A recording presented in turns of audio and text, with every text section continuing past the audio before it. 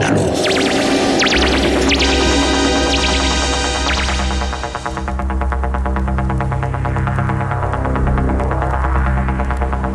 Estás entrando en el espacio en blanco.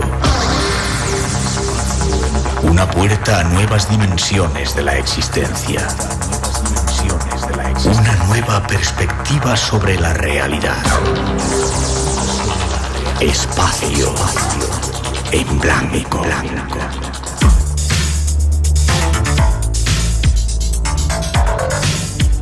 Una producción escrita y dirigida por Miguel Blanco.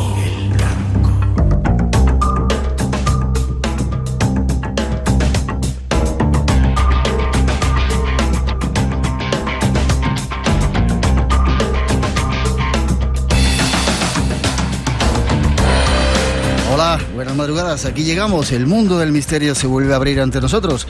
Una experiencia única de comunicación que vivimos cada semana aquí en Radio Nacional. Y es un placer que estés ahí para acompañarnos y para compartir estas 2 horas, hasta las 4, las 3 en las Islas Canarias.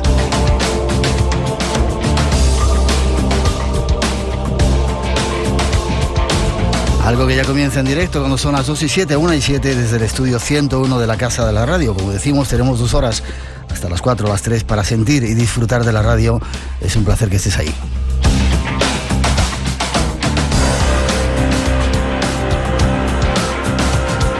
Los saludos y la gratitud en nombre de todo el equipo que se encarga esta noche de realizar el programa.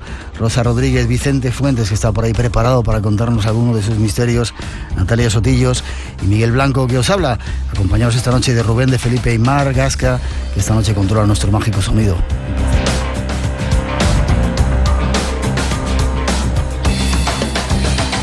Esta semana volvió a salir el EGM y hemos de daros las gracias, aunque sigue siendo un misterio. Os agradecemos esa subida de oyentes, un 30% más de oyentes tenemos según los otros datos, pero son todo un misterio.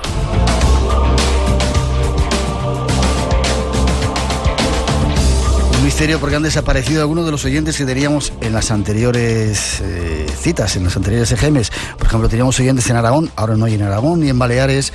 No hay nadie escuchándonos en Baleares, ni en Castilla-La Mancha, ni en Cataluña, ni en Extremadura, ni en Galicia, ni en Navarra, ni en Valencia, ni en La Rioja, ni en Canarias, ni en el País Vasco. Ahí no nos escucha nadie, todo un misterio. Nosotros sabemos que estáis por ahí, así que darnos un toque esta noche para aclararnos el misterio.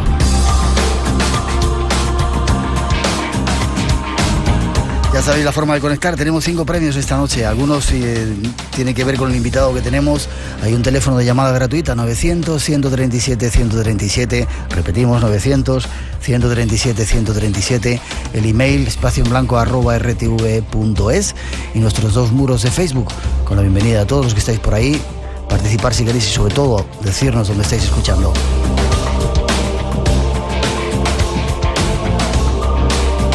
Y esta noche tenemos muchos temas. Este es un avance de lo que vamos a tratar. Nos vamos de viaje.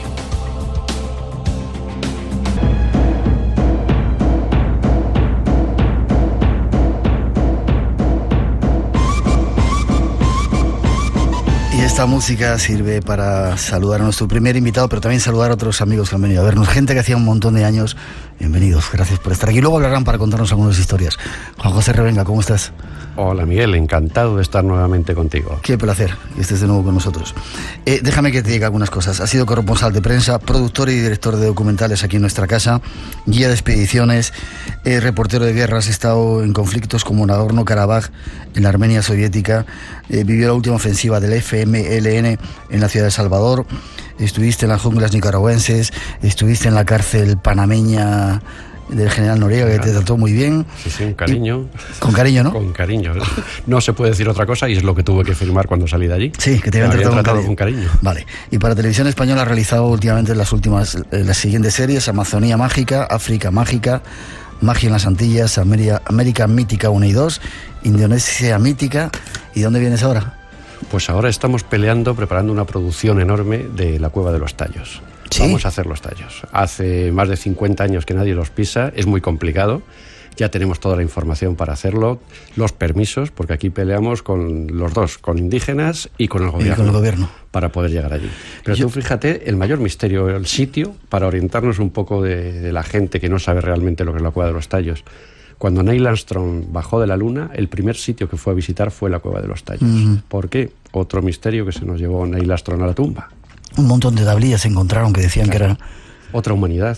Hay un montón de tablillas, de figuras de metales que no eran de la Tierra, muchos de ellos que se llegaron a analizar no eran metales de la Tierra, escrituras cuneiformes que no tenían nada que ver con las escrituras que había aquí conocidas. Todo eso se lo iban a dar al padre Crepi, que era el padre que estaba en la iglesia más cercana, del pueblo más cercano a aquella cueva, y el padre murió y ha desaparecido absolutamente todo. Nadie sabe quién se lo ha llevado, no queda nada, pero sigue quedando el lugar, sigue quedando una bajada de más de 60 metros a la cueva, que hay que entrar con oxígeno. Por pues los desechos de los murciélagos no se puede respirar abajo. Ajá. Pero hay salas que son inmensas, son salas que las catedrales, hay una que se llama la catedral, con figuras en piedra, también de seres extraños, seres desconocidos, con lo cual el misterio existe y Armstrong debió de ver algo que se lo llevó a la tumba. ¿Y está en Ecuador? En Ecuador, exactamente en el sur de Ecuador. Y yo te iba a decir que estaba leyendo este fin de semana En busca de las ciudades perdidas, que es el último libro que has sacado. Yo no sé cómo tienes tiempo para tantas cosas, donde cuentas un montón de tus aventuras, y pensaba decirte que no quería ir a esas aventuras contigo, pero a la Cueva de los Tallos, llévame, por favor. Venga, todo se andará, y sabes que si tú me dices ven, lo dejamos todo. Ya me gustará ir por ahí. Con este señor nos vamos a buscar a algunas a entender o a comprender algunas de sus expediciones, porque has hecho algunas de las expediciones que son históricas en esta búsqueda del Paititi y del Dorado. Exacto, ¿no? Son muchos años en la búsqueda del Dorado. Cuando empezó la leyenda, los primeros mapas que se hicieron sobre el sur de Sudamérica, el norte de Sudamérica, había unas palabras. Las palabras eran Castilla de Oro. Ya le llamaban así de la cantidad ingente del dorado. Cuando llegaron los españoles allí. Cuando llegaron los españoles, el mapa, el primer nombre que tuvo la parte norte de Sudamérica fue Castilla de Oro. El oro estaba en todos lados, pero claro, los ríos no llevaban oro, no existían las minas. ¿De dónde salía esa ingente cantidad de metal? Pues la única explicación la daban los indígenas. Había una ciudad en mitad de la selva en la cual hasta los tejados eran de oro, y de allí, desde hace siglos, salía todo el preciado metal. Nos vamos a buscarle, ¿te parece? Pero vamos a ver si lo encontramos. Tras esa introducción, nos vamos de viaje. Nuestro invitado ha viajado en su búsqueda y esta noche nos narra parte de sus experiencias. ¿Es una leyenda lo del Dorado, Juanjo? Exacto, es una leyenda, pero nunca olvidemos que las leyendas siempre se basan en realidades. Y a partir de ahí ya podemos empezar a ver lo que era esto. ¿Cómo te enteras tú? ¿Cómo vas tras su búsqueda? ¿Cuántas veces has estado haciendo expediciones en esta zona? En la zona del Madre de Dios habré bajado 10 o 12 veces. Habré hecho expediciones duras, unas más, otras menos, pero 10 o 12 veces he estado abajo. Y luego Colombia, donde empezó todo, la famosa Guatavita. ¿Ahí empezó todo, la historia del Dorado? Sí, ahí empezó la historia del Dorado más real, la que hizo correr las voces entre la soldadesca de las ceremonias que allí había, que es la que hemos visto en la película del Dorado, los indígenas muiscas, que el jefe se metía en una balsa, le untaban de resina, le soplaban polvo de oro y se iban hacia el centro de la laguna. Y la balsa toda llena de oro, ¿no? Y la balsa llena de piezas de oro y el cacique pintado de oro totalmente. Y alrededor de toda la laguna estaban los demás, los súbditos con piezas de oro que empezaban a tirar al agua. Y cuando llegaba al centro de la laguna, el jefe muisca se metía, se sumergía, se lavaba y era la ceremonia del Dorado. Eso lo vio un español y llegó al conocimiento de los soldados. Dijeron, bueno, esto tiene que haber una manera de sacar el oro que están tirando allí. Yo he estado en Guatavita, en Colombia, en los momentos que era muy complicado llegar allí. ¿En qué zona está de Colombia? Está a unos 200 kilómetros de Bogotá. Sí. Pero 200 kilómetros de Bogotá, teniendo en cuenta que cuando tú sales de la ciudad, a 2 kilómetros donde están las ermitas está la guerrilla. Yeah. Con lo cual 200 kilómetros era ir con el soldado, con la pistola, complicado llegar allí. Complicado, estaba cerrado, no se podía entrar, íbamos con permisos del gobierno, conseguimos entrar en la laguna y fíjate que es uno de los lugares del mundo que más me ha impresionado. ¿Sí? Tú ves la laguna desde arriba, una vez que subes una pequeña montaña, la ves desde arriba y es como un cráter inmenso que ha caído algo dentro, todo lleno de agua, un verde impresionante que no lo puedes comparar con nada, es el verde esmeralda, ¿no? El verde colombiano Ves aquello y dices, bueno, aquí hay algo. Simplemente el estar allí, decir, ¿ves? Aquí ha ocurrido algo, aquí se ha movido alguna historia. Fíjate que intentaron los primeros españoles que llegaron allí vaciar la laguna.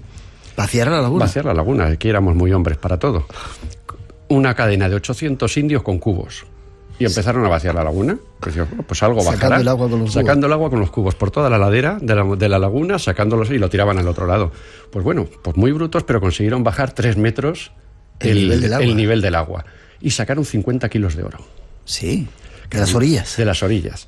Y luego llegó un segoviano, un tal Lope de Quesada. De Segovia. De Segovia, que dijo, hombre, esto con cubos no lo vamos a hacer, pero si le damos un tajo a la montaña como si fuera un queso, lo quitamos, por ahí sale todo el agua y nos llevamos el oro. Pues empezaron la obra, 3.000 indios trabajando en aquella famosa obra, y ya cuando estaba a punto de llegar al agua, pues se derrumbó todo, mató a todos los indios y bajó 50 metros el nivel. ¿Y encontraron oro? Y se llevaron otros sacos de oro sin ningún problema.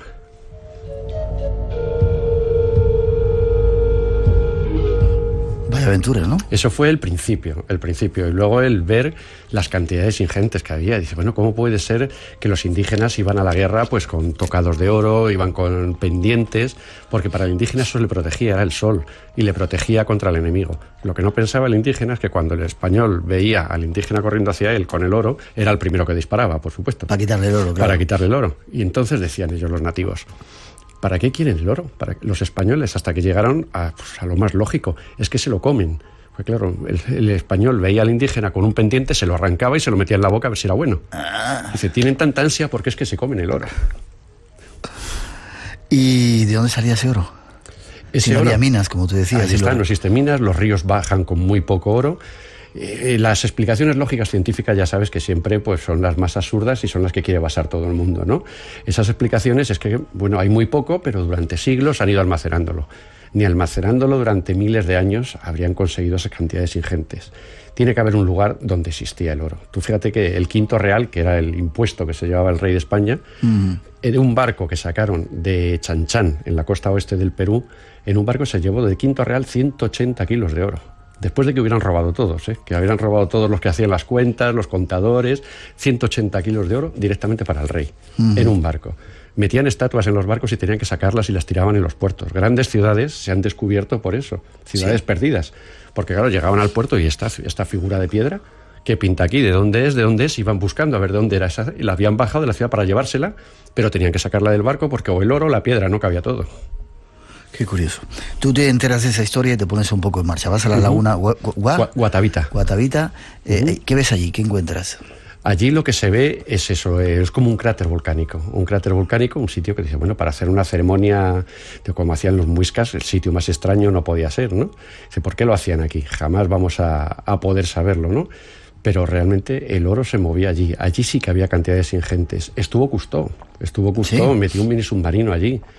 Imposible, no pudieron ni navegar. Hay tantos metros de lodo en el fondo que no podían navegar, intentaban bajar los buzos y nada más entrar dentro, el agua les dejaba a oscuras, ni las linternas funcionaban, no pudieron sacar nada. Como si fuera una forma de defenderse también en la laguna para que no descubran su secreto. El dragón que vive dentro de la laguna, que está dentro de las leyendas muiscas, dentro de esas leyendas tan bonitas, ¿no? De los pueblos nativos, que el dragón que vive dentro de la laguna es su guardián. Y claro, te metes ahí, es entrar en la boca del dragón. ¿De allí fuiste a algunos otros lugares? Cuentas en tu libro Esmeraldas. Esmeraldas, Cuando llegaron los españoles también en aquella zona, dicen que las esmeraldas las encontrabas sin excavar, estaban a flor de tierra. Estaban a flor de tierra, pues al nivel de que el caballo, cuando iban caminando los caballos, no podían andar, paraban a ver qué les pasaba, y es que llevaban en las herraduras clavadas las esmeraldas, de la cantidad que había, sobre todo en la zona de Muzo. Muzo está muy cerca de Bogotá. Colombia. En Colombia. Y las minas pues llevan 500 años desde que estuvimos allí, que empezaron las minas, siguen explotándose y sigue habiendo la esmeralda. El precio de la esmeralda en el mundo se pone con la esmeralda colombiana. Lo ponía don Víctor Carranza, el zar de las esmeraldas. Que tú conociste. Y que fue un amigo, fundador de los paramilitares. ¿Amigo tuyo? Sí, encantador. Vaya amistades que te buscas. ¿Para qué ¿no? quiero enemigos con esos amigos? Sí, la verdad, ¿no? Que sí. Termina uno pensando eso. ¿Estuviste en su finca? Estuve en su casa, me invitó a cenar a su casa, estuve bebiendo orujo con él. Un gran tipo, lo que yo puedo decir de él. Me hablaban que era el tipo más sanguinario. Y dice, bueno, era como un señor bajito, con bigote mexicano, mayor, unos 60 y tantos años tendría entonces, muy amable, viendo un partido de fútbol con él. Eso sí, había 2 señores en la puerta, con 2 UCI, con 2 subfusiles en la puerta, como si fuera lo más normal, ¿no? Estaban allí sentados y el tipo era amable, contaba chistes, hasta que era posible cuando te estás metiendo ahí abajo, porque ahí abajo hay 50 grados de temperatura, vas caminando por las vigas y claro, tú, si eres un poco más alto que un colombiano, pues claro, te vas pegando con las vigas, agachado, chorreando agua, con el calor, con las máquinas una que están claustrofobia allí. tremenda. Tremendo. El mal rollo y lo que se pasa allí dentro hay que sufrirlo. ¿Y sacan muchas esmeraldas todavía? Muchísimas esmeraldas, las grandes piedras, todavía sigue habiendo todos buscan la gota verde, la gota de aceite, ¿no? La esmeralda perfecta, que no tendría precio, como me decía Víctor. Digo, ¿cuánto vale una esmeralda? Una esmeralda no tiene quilates. Que por un diamante tú lo puedes poner en quilates y esto vale tanto y en cualquier mercado vale eso. ¿Cuánto vale una esmeralda? Y me dice, mira, el precio de la esmeralda, si yo te digo que vale $50, vale $50. Si te digo que vale 50 millones, vale 50 millones. ¿Lo ponía él? Lo ponía él. Esmeralda Legend tenía en la zona franca de Bogotá, tenía una empresa que ahí en el libro vienen fotos con montañas de esmeraldas, que aquello era como decir, bueno, estas son las minas del rey Salomón, pero verdes, ¿no? Increíble. ¿Y qué tiene que ver esto? ¿O qué tiene que ver con el dorado? ¿Tiene algo que ver toda esta historia de las esmeraldas y esa riqueza? Eran sitios donde había muchísima riqueza. Eso también daba cuenta al Dorado, le daba más fama al Dorado. Esto, las minas de plata de Potosí, el Cerro Rico en Potosí, aquella montaña de plata que... ¿Potosí sigue siendo Colombia? Eso ya estamos en Bolivia. Estamos en Bolivia. Y ahí había una montaña completa, entera de plata. Se descubrió porque un pastor, en una noche, estamos a 4.000 metros de altura, muerto de frío, enciende una hoguera, tenía las cabras al lado y ve que le chorrea algo por debajo. Y era la plata que estaba al borde, estaba en el fuera, a flor de tierra, y se había fundido y estaba chorreando. Y cuenta la historia que la plata que se sacó de Cerro Rico, de Potosí, de una montaña, se podría construir un puente de plata desde Sudamérica a Europa. Increíble. ¿Y todo esto que tiene que ver con Machu Picchu? Por cerrar un capítulo y marcharnos ahora enseguida del Paititi. Machu Picchu sigue siendo el gran enigma, ¿no? La ciudad de las vírgenes, la ciudad misteriosa, algo que no descubrieron los españoles, porque Machu Picchu tiene una cosa, dice, bueno, una ciudad oculta y nadie hablaba de Machu Picchu. Al principio había oro por todas partes. Y te lo daban los indígenas, les sacudías un poco y te lo daban. Pero cuando el oro escaseaba ya empezaron a sacudir y a preguntar de verdad. Nadie habló jamás de Machu Picchu. Ninguno de los incas. Ninguno de los incas ni ninguno de los hombres que conocían, porque claro, el Machu Picchu había que abastecerlo. Y luego en Machu Picchu no se encontraron esqueletos, no se encontraron vasijas de cerámica, no se encontró nada. Unas cuantas princesas, ¿no? Decía que se encontraron cuatro esqueletos, unos esqueletos de mujeres, pero que en una ciudad completa no había nada más. La habían abandonado, bien, se fueron. Estamos hablando como es en las subidas de los mayas. Si una ciudad entera se vacía, dejan un camino hacia donde han ido. Y no hay camino. Y no hay camino. O por dónde han cruzado los ríos, dónde han llevado los tesoros, que es lo que cuenta la leyenda. Los tesoros del Coricancha de Cuzco, dice que se los llevaron a Machu Picchu y de Machu Picchu huyeron a la selva ante la inminente llegada de los españoles. Pues eso realmente nunca ocurrió porque no hay rastro ninguno de ello. Lo del Coricancha es muy curioso. Sí. Los que han podido visitar ese lugar dicen que estaba todo lleno de oro. Te cegaba. Las paredes estaban llenas de oro, ¿no? Exacto, estaba de tal manera colocado, era como un templo inca, que abrían las puertas y todo estaba... Está en Cuzco. Está en la ciudad de Cuzco, pero ahora mismo es una iglesia, porque claro, llegaron los españoles, tiraron el Coricancha y construyeron una iglesia con las mismas piedras, una iglesia católica.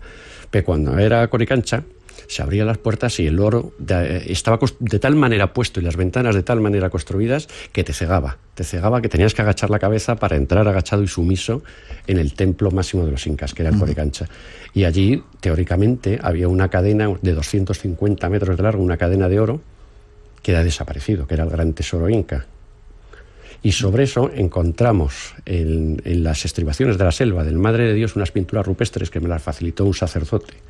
Pero claro, estas cosas, en cuanto das el nombre de alguien, ya tienes a 50 allí preguntando por él. No digas, entonces. ¿No? Yo le llamo el Padre Vázquez, le llamo, para no dar el nombre de él, porque es lo que ocurre siempre. Esas pinturas, ese lugar donde estaba el oro, o parte del oro que se escondió, se lo dijo, te lo digo claramente, como fue contado por el padre. Él fue a ver a Fujimori y le contó lo que había. Mire, tengo esto, llevo trabajando 30 años en esta zona, aquí hay minas, aquí hay oro escondido, hay pinturas rupestres, esto es para el bien de la nación. Y se rieron de él, ¿no? El cura guaquero, el cura ladrón, se rieron de él, hasta que apareció Montesinos. ¿Montesinos quién era? El ayudante de Fujimori. Sabemos, el peligroso ayudante de Fujimori, el que le... Eso lo dices tú, peligroso, ¿eh? Sí, sí, bueno, sí, le conocí personalmente y sé cómo funcionaba aquello. Sí, pero terrible. Y le dijo, hombre, esta es nuestra oportunidad. Y la oportunidad fue que empezaron a llevar helicópteros, a llevarse cosas que había allí en aquella zona, a un barco que estaba en Nazca, cargaban el barco con los helicópteros y se llevaban el oro directamente a Japón. Eso contado todo por el sacerdote. Y luego las pinturas, todo lo que había allí, para que no quedaran vestigios, porque una vez se estrella un helicóptero y ya se montó la de Dios cuando se estrelló el helicóptero, que los iban a descubrir. Uh-huh. ¿Y qué hacemos? Pues hay que destruir todo, que nadie vea que aquí ha habido algo. Con bombas destruyeron las cuevas, las pinturas. ¿Sí? Y esas pinturas, hay una pintura de la famosa cadena inca. ¿Eso dónde está? Eso desaparecido también. Dice, solo queda esto, una foto que había hecho él, que la tengo yo, claro. 900-137-137 nuestro teléfono, por si queréis esta noche preguntar algo a nuestro invitado. Dime una cosa, hay quien cuenta que todo lo que había en el Coricancha, ese tesoro de los incas antes de que llegaran los españoles, lo llevaron, y hay un túnel que comunica Cuzco, Coricancha, con Sacsayhuamán, que está arriba. ¿Qué hay de cierto de eso? Pues tiene una gran parte de cierto y una gran parte de leyenda, ¿no? En ese túnel se ha metido gente, o se metía gente porque ya está bloqueado, está tapiado. ¿Lo has visto tú? Sí, está en Sacsayhuamán. Ahora mismo está bloqueado, tapado con cemento para no poder entrar, porque todo el que ha entrado no ha salido nadie. Solamente una expedición que hicieron de la Universidad de Lima, 4 jóvenes, solamente ha salido uno loco del túnel. ¿De lo que había visto allí o...? Bueno, es que salió al cabo del mes de estar allí dentro, en el túnel. Pero que existe un túnel que comunica realmente Cuzco con Sacsayhuamán, que es la fortaleza que está en la parte superior de la ciudad de Cuzco, existe. ¿Y había españoles que estaban investigando? Sí, ha habido muchas búsquedas, porque hay algo, porque lo cierto es que hay algo, que no estamos hablando de una leyenda. En ese túnel se ha entrado, Fernando Jiménez del Oso llegó a estar cuando todavía estaba abierto el túnel. Esto con el tiempo, pues van desapareciendo estas cosas y el gobierno lo va tapiando. Todo lo que sea extraño y que no cuente la ciencia con pie, se acabó. 2:31, 1:31 en las Islas Canarias. Seguimos adelante. Hemos estado viendo un poco el Dorado, seguimos viaje hacia el Paititi. Nómadas, con Álvaro Soto. Un cuadro precioso colgado en Centroamérica. Es una mezcla de color que hace que las pequeñas parcelas nos den un universo impresionista. Guatemala, un pueblo mestizo con raíces mayas. Dentro de la selva emergen estos templos, una muestra de lo avanzada que ha sido esta civilización maya. Nómadas, los domingos a las 7 de la mañana en Radio Nacional.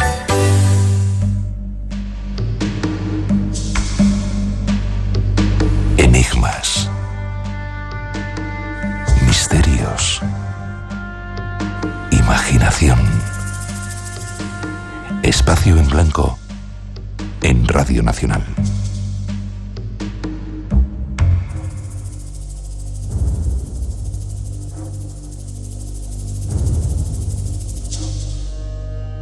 Continuó en 1635, cuando en las crónicas de Lizarazu fue citado el inca Huayna Apoc y su retorno desde el Cusco al Paititi, donde reinaba su padre, en las cercanías del río Guaporé, en la actualidad el estado brasileño de Rondônia.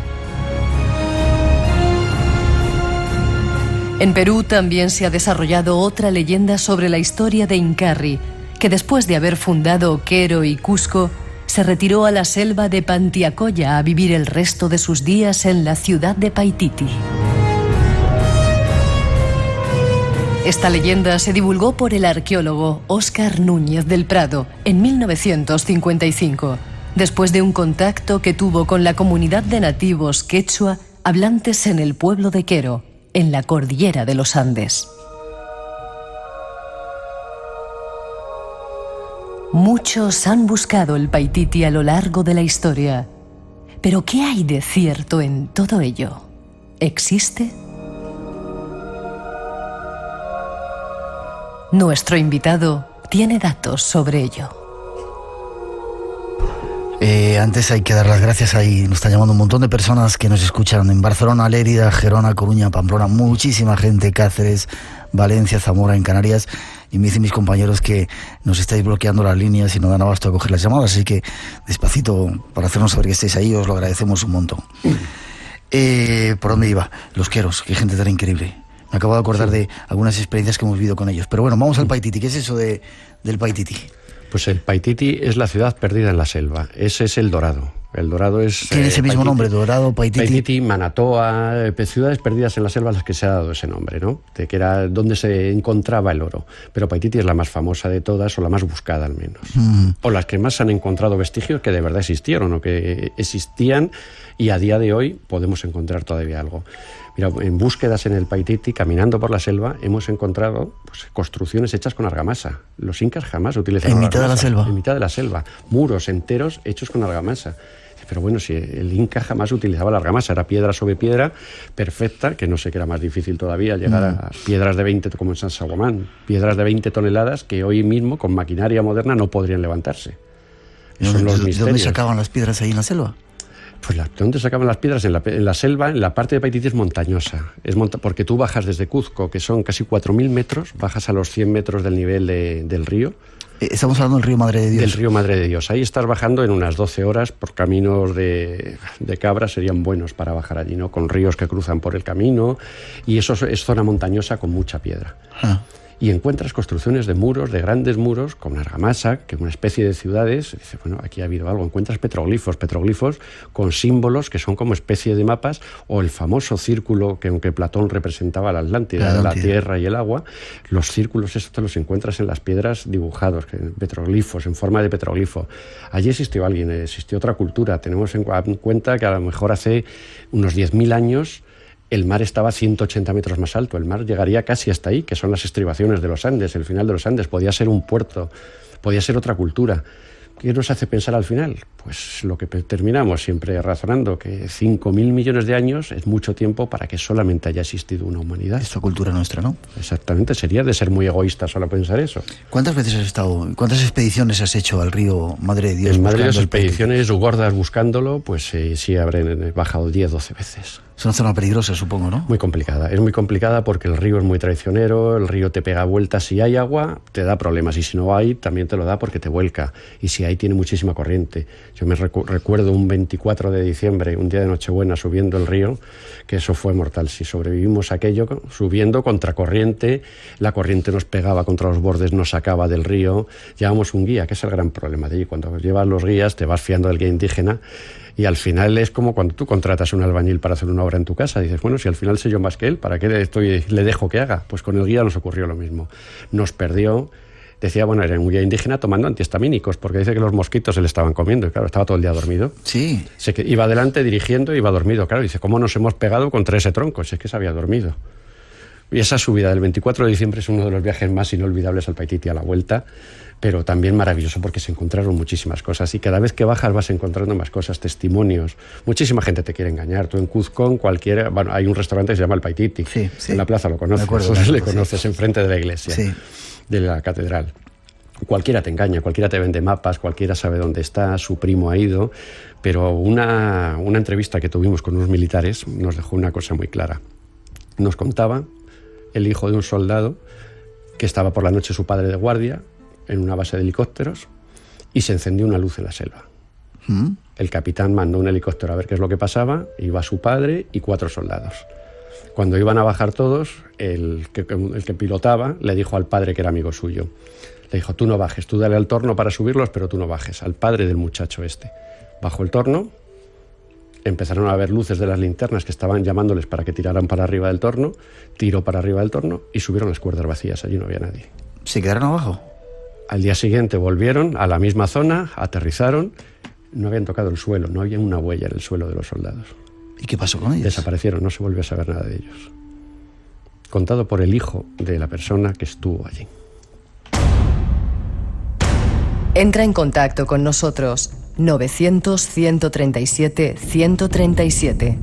Espacio en Blanco, en Radio Nacional de España, con Miguel Blanco. Un montón de preguntas tenemos. Dicen que si se puede ubicar el dorado en Norteamérica, quizá en la tercera parte del programa hablemos de ello. Dime una cosita. Tú has ido varias veces, ¿qué has encontrado?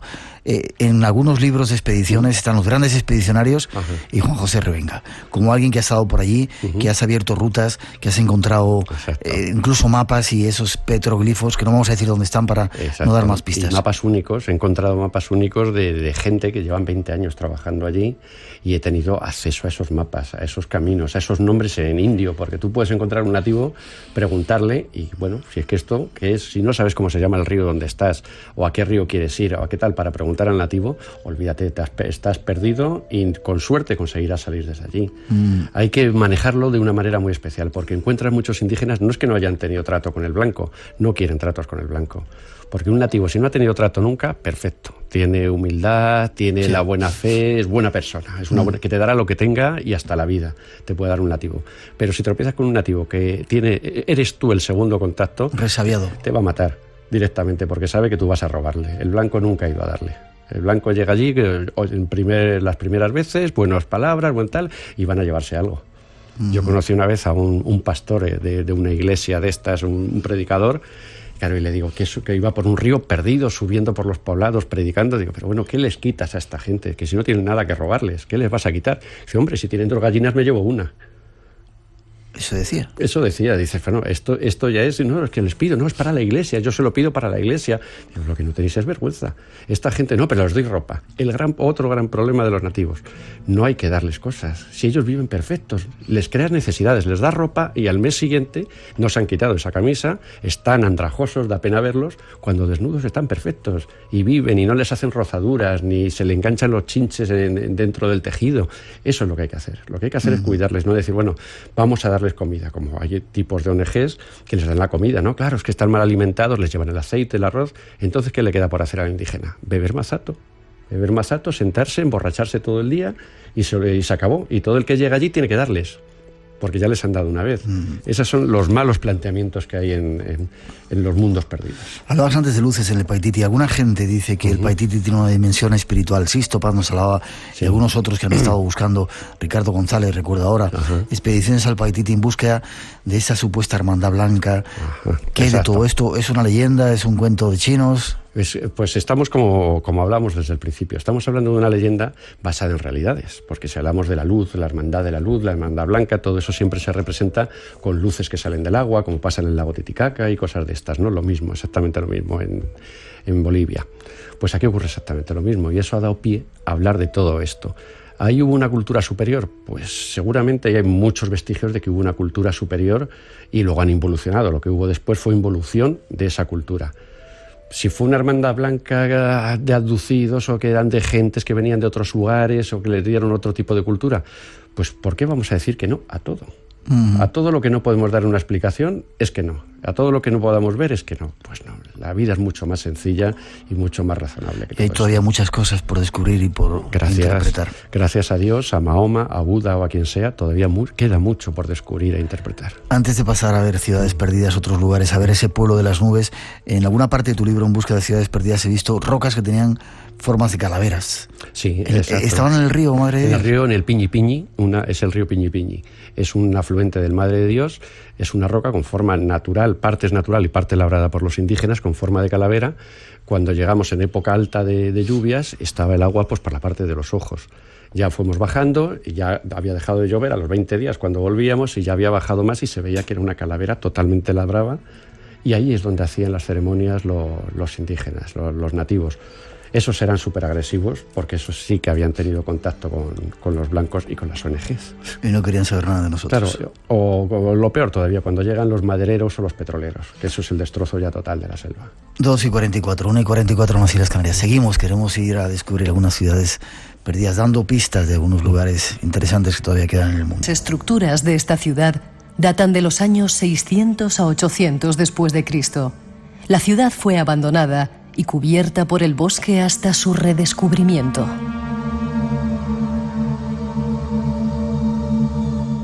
Caral estuvo habitada entre los años 2000 y 2600 a.C. Es una de las más antiguas ciudades de América. Se localiza en el Valle Supe de Perú. Tiene un área pública central con 6 montículos que forman una gran plataforma en torno a una enorme plaza. Todas las ciudades perdidas en el Valle de Supe comparten similitudes con Caral. Y hay más ejemplos. Mesa Verde, en el suroeste de Colorado, en Estados Unidos, fue el hogar del antiguo pueblo de los Anasazi.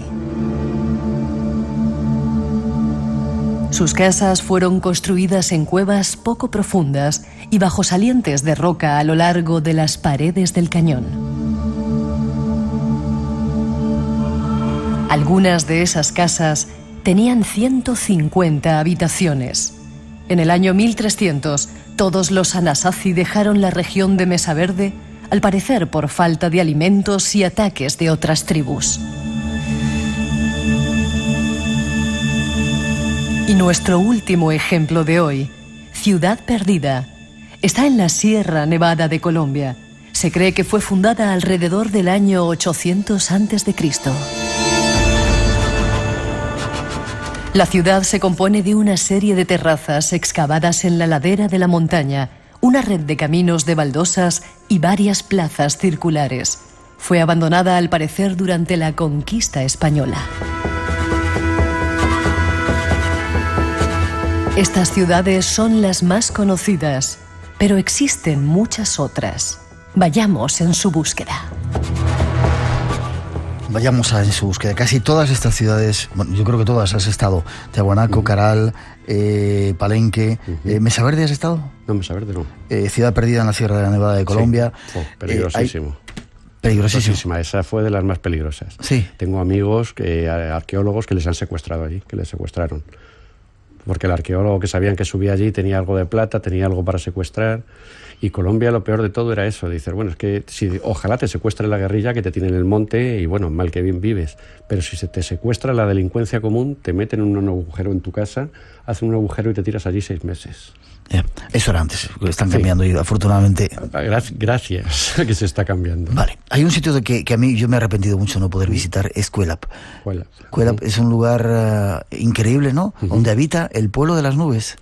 Cuéntanos dónde está, cómo llegasteis, qué hay allí, qué significa ese lugar. En el estado de Amazonas, en el Perú, cerca, bueno, la ciudad más cerca es Chachapoyas, la capital del estado de Amazonas. Chachapoyas. Y está a casi 4.000 metros de altura. Claro, tú llegas... ¿En la selva? Está en la montaña. Subes de la selva, de ceja de selva, de la parte baja de selva, subes desde ahí por carreteras, por caminos de barro, subes hasta los 4.000 metros de altura y te encuentras unos muros de 50 metros de piedra increíbles que rodean una enorme ciudad. ¿A 4.000 y pico metros de altura? 4.000 y pico metros de altura. Y dices, bueno, lo primero que piensas, ¿de quién se defendían estos aquí? ¿Quién iba a venir a conquistarles? O a lo mejor estaban arriba para ver qué venía desde arriba, para ser los primeros en ver si venía el ataque desde arriba. Ves la puerta de la ciudad tienes que entrar en una ciudad tan inmensa, esas murallas tan ciclópeas, y la puerta de la ciudad tienes que entrar prácticamente de lado, de lo estrecha que es, y muy alta, como si estuviera hecha para personas muy altas y muy estrechas. Claro, dentro lo ves y dices, es una ciudad religiosa, no era una ciudad de vigía y religiosa, no había nada más que ceremonias, había altares, hay sitios donde ves depositados los huesos, donde se siguen haciendo a día de hoy ceremonias de la hoja de coca, que hicimos una ceremonia allí maravillosa, con un chamán, y cuando nos dice, bueno, los huaylas del aire nos van a saludar, y se empezaron a mover todos los árboles que teníamos alrededor. ¿Sí? Esas cosas inexplicables que hay, dices, bueno, no creo en nada, creo en lo que veo, pero cuando empiezas a ver cosas, dices, bueno... No sé si creeré, pero aquí está pasando algo. El ministro de Turismo de Perú me decía que era como una nueva Machu Picchu, esa ciudad. Lo que pasa es que no es muy accesible, ¿no? Está muy lejos, es muy complicado el acceso. Y bueno, ponerlo eso en marcha turísticamente ahora mismo, de vez en cuando llevan a algún colegio, pero claro, como suele pasar, en casa es donde menos aprecian lo que realmente tienen, ¿no? Tú ves aquello y dices, bueno, ¿quién hizo esto? ¿Quién subió? Allí sí que no hay piedras en esas alturas. ¿Quién subió las piedras para hacer estos muros ciclópeos? ¿Quién hizo esto? Y dentro ahora mismo no hay nada más que manadas de llamas pastando, y están todavía pues los templos funerarios, los templetes, todavía está todo eso construido. Te asomas y lo que te da es decir, pero Dios mío, estás controlando todo el valle y todo lo que hay por arriba. Por abajo no, por lo que viene por abajo, ¿quién iba a subir allá a conquistar nada? Les ibas a oír 2 meses antes de llegar, les oías. Pero ¿y si estaban arriba esperando o vigilando lo que podía venir desde el cielo? ¿Y los Chachapoyas se llama el pueblo de las nubes? El pueblo de las nubes, traducido es el pueblo de las nubes. En la ciudad también había visto en algunas fotografías que tienes en el libro como una especie de receptáculos donde hacían sacrificios dentro de ellos. Sacrificios humanos, todas estas culturas, de todo, 3.000-5.000 años, desde hace 3.000-5.000 años algo ocurrió en el planeta, que esto cambió, evolucionó a una manera disparada, pero todos tenían en común muchas cosas, y entre ellos los sacrificios humanos. Esta es una de esas ciudades perdidas y desconocidas. Vayamos a Tiahuanaco, al otro lado del Perú, Bolivia ya concretamente, al lado del lago Titicaca. ¿Qué es esa ciudad? ¿Qué significa? ¿Por qué está ahí? Tiahuanaco, la cultura tiahuanaco es la más antigua. Se atreven a decirte que tiene más de 12.000 años, que todas las culturas andinas bebieron de ahí, ¿no? Todo salió de lo que allí existía. Encuentras estatuas, los monolitos Bennett, ves aquello y es un señor, es un astronauta con gafas, con un casco, y le estás viendo un monolito de 15 metros de alto. ¿Sí? Dices, bueno, ¿esto qué es? Claro, bien conservado todavía. Bien conservado, perfecto. Y te encuentras en mitad de la plaza una puerta. La puerta de las estrellas, un Stargate. ¿La llaman así? La llaman la puerta de las estrellas, una puerta en la mitad de nada, con grabados mágicos religiosos y en mitad de la plaza. A principios de siglo, cayó un rayo y lo único que rompió fue la puerta. La que han hecho ha sido repararla, dejarla donde estaba con los manchotes de cemento, una reparación fina y elegante lo que le hicieron, y ya está. Y rodearla con una valla para que la gente no la toque y no se les vaya a caer encima. Pero llaman la puerta de las estrellas, que es lo más parecido a un Stargate de cambio de plano de física cuántica, digamos. Y parecida a esa otra puerta que hay en el otro lado, Aramomuru. La Aramomuru. En el otro lado ya en Perú. Sí, ahí hablamos de ello. Y la puerta del infierno, la famosa puerta del infierno. Que eso es de las zonas, pues yo no sé si mágicas, pero más oscuras que he visto. Sí, la puerta del infierno. La puerta del infierno es en mitad de la montaña, donde se hacen sacrificios, donde va la gente de todo el mundo y que te cuentan todas las leyendas, ¿no? Que la gente tocaba la piedra y que se pasaban al otro lado. ¿Quién hizo todo eso? Porque Tiahuanaco y esas ciudades que hay en el borde del lago Titicaca, 4.000 metros de altitud, es como si fueran un puerto. Hay un camino que llega al puerto pero que no va a ningún lado, como si aquí fuera un mar. Tú fíjate lo que ocurrió con Cousteau, ¿no? Hablamos nuevamente de él porque es muy interesante y estuvo muy unido a esta zona y viajando y estudiando mucho allí. El lago Titicaca se hablaba que bajo el lago hay ciudades de gigantes, de otros seres que vivieron allí, están bajo el agua. Pues estuvieron 2 meses allí trabajando con mini submarinos y al final lo que encontraron fue un batracio de 1 metro de largo que estaba sin catalogar. Todo el mundo se desilusionó, que Cousteau no había encontrado nada. Al mes siguiente apareció un cámara argentino que iba a hacer una película, estuvieron navegando la parte del lago y descubrieron que había caminos de piedra, muros de piedra, que existían ciudades ahí abajo. Y filmado, todo eso lo sacó filmado. Claro, todo el mundo se fue a por Cousteau. Desmienta a este sinvergüenza que está diciendo que encontró esto y usted no lo encontró. Dice, no, aquello es tan complicado que es muy posible que haya encontrado. ¿Sí? ¿Qué encontraría o qué vería Cousteau que no se atrevió a decir a la comunidad científica? Tenemos casi que terminar, qué curioso. Se puede decir, por las expediciones que tú has hecho, que llegas a un momento en que tienes que tener un contacto o algo que no conocemos, una parte de la historia que no nos han contado, que es mucho más antiguo, de los cielos, no sé. Sí, ahí la historia del mundo y de Sudamérica no se podrá escribir si no conocemos realmente lo que ocurrió y cuáles fueron las ciudades perdidas. Aún hay mucho por conocer, ¿no? Sí, muchísimo por conocer. Cada día vamos encontrando nuevos vestigios. Cuando parece que ya lo tenemos todo en la mano, aparece algo que lo supera. Sigue mereciendo la pena esta lucha que inició Gonzalo Pizarro, que cuando llegó de su famosa expedición donde murieron más de 3.000 hombres, y la palabra fue lapidaria. Las ciudades perdidas existen, pero están siempre un poco más allá de donde nosotros llegamos.